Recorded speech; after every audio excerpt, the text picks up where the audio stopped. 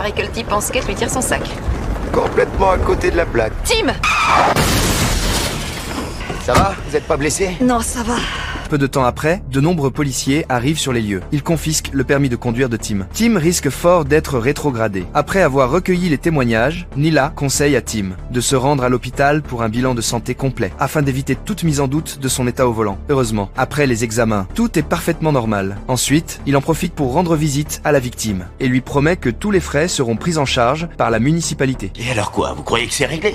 Et de vous faire un procès? Non, certainement pas. Il a pas fait exprès. Dites-le. Non, du tout. Entre-temps, Lucie retourne au commissariat pour examiner le véhicule accidenté. C'est bizarre, il me semble pas avoir vu les feux de stop s'allumer. Très bien, allons voir ça. Lorsqu'elle ouvre le coffre, elle découvre que les feux de freinage ont été délibérément retirés. Paul soupçonne une tentative de fraude à l'assurance. Votre instructeur va pouvoir sauver sa peau. C'est quoi ça?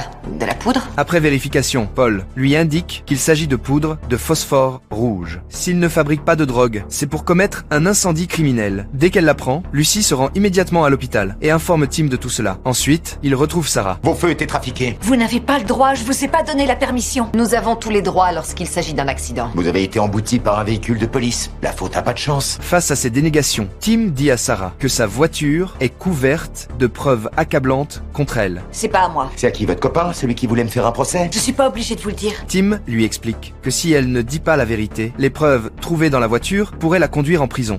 On proposera un deal qu'à un seul d'entre vous. Et je vous conseille d'accepter. Finalement, Sarah avoue tout. Il est devenu dingue. Il a accepté de tuer la femme d'un type en échange d'une partie de l'assurance vie. Et ça doit se passer quand exactement?